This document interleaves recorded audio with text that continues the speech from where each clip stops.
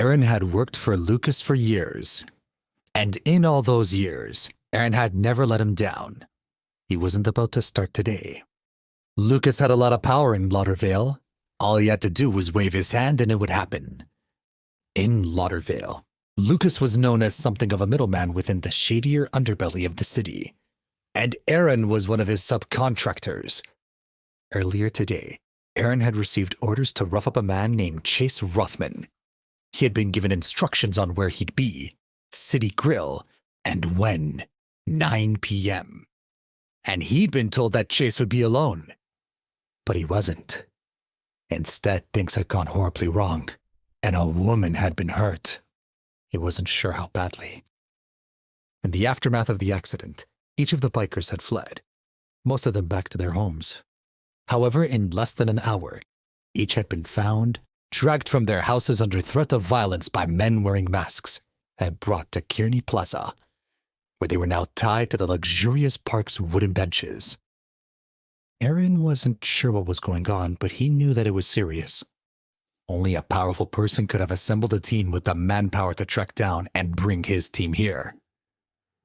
Suddenly, Chase walked up into the courtyard, glaring at the bikers as he passed by each of them, sizing them up. He grabbed a baseball bat from one of the masked guards and swung it in wide, slow circles. He fell silent and passed the bat back to the guards. He nodded at each of the guards and tied the motorcyclists from the benches and began to beat them with whatever was handy, mostly bats and bare knuckles. He watched on, expressionless. 5 minutes later, all the motorcyclists were lying on the ground, bruised and bloody. Chase sat down on one of the benches and lit up a cigarette. Smoke curled up around him as his vision flashed past like a sharp knife. "Which one of you stabbed her?" he said, venom in his voice. Each of the now injured motorcyclists rushed to prove their innocence. "It wasn't me. I wouldn't dare. I don't know. Everything happened so fast." Chase was not satisfied with their answers. "I won't ask again. Who stabbed her?" Those that could looked at each other but did not dare to say a word. Seeing that no one was going to talk, he turned to Plan B.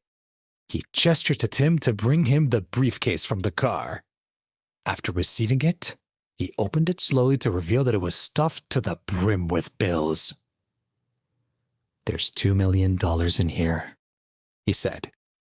"It belongs to whoever tells me what I want to know." Suddenly, everyone's eyes turned to the same person as they shouted in unison. "Aaron! It was him! He did it! We wanted to stop. It happened so fast." Chase's gaze shot towards Aaron, who was so scared that his whole body began to tremble. He immediately kneeled in front of him and begged for mercy. "Please, I was wrong. I didn't mean to. Please, spare my life. I'm begging you." Chase's eyes were cold.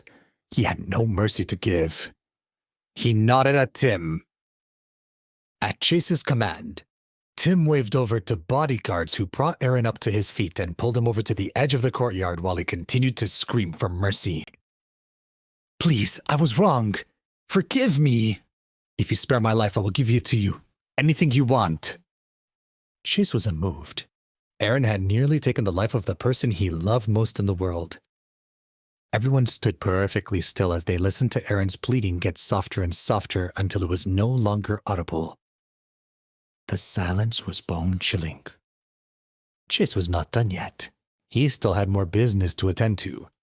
He kicked over the briefcase with the money, scattering it all over the ground. "Who sent you?" he bellowed. The bikers rushed toward the money as if they had gone mad. They grabbed fistfuls of bills as they shouted. "Lucas!" Lucas gave the order. "Lucas Johnson!" Chase lowered his head and looked at the bikers clutching onto their money. His gaze turned cold. He had his next target. It was 11 p.m., and it had been raining for hours. All of Laudervale seemed to be covered with a layer of gloom as the storm kept everyone at home. People said to themselves that it was the worst storm they had seen in more than 10 years. Chuck was sitting at home when there was a hurried, unceasing knock on his door. He opened it and saw Lucas kneeling on the ground before him, soaked to the bone. When Lucas saw him, he grasped at his leg and let out a loud sob. Please, please, spare my life. Chuck was confused. He knew Lucas from his prior days as a gang leader in Laudervale's underbelly, but he hadn't seen him for years. The two had been close back in the day, and he couldn't bear to see him like this. Lucas? He said firmly. What's going on? Chuck, please. Lucas tried to regain his composure but failed. I did something bad, like really bad. Jenny called me asking me to teach someone a lesson. I agreed to it. He was having difficulty getting his words out now. Aaron's men stabbed her. Mr. Rothman's wife. I didn't know. What? Hearing this, Chuck's eyes widened. He was scared out of his wits for his old friend. He gently kicked at Lucas. You idiot, what were you thinking? I didn't know, I was wrong. I heard that you and Mr. Rothman know each other. Please, we've been friends for so long, you have to help me. I don't have to do anything, screamed Chuck. I didn't stab her. What do you want me to do? Mr. Rothman can destroy you with the wave of his hand if he wants to. I made a mistake. Lucas was still kneeling on the ground, wrapping his arms around Chuck's legs. You have to help me, he's going to kill me. Chuck sighed. What could he do? He pulled Lucas to his feet. Hurry up and apologize to the right person for a start. Admit your mistake. But God help you now. Lucas's face went pale. Was there no other option? He steeled himself to place the call and then collapsed again back onto the ground. He had no strength left.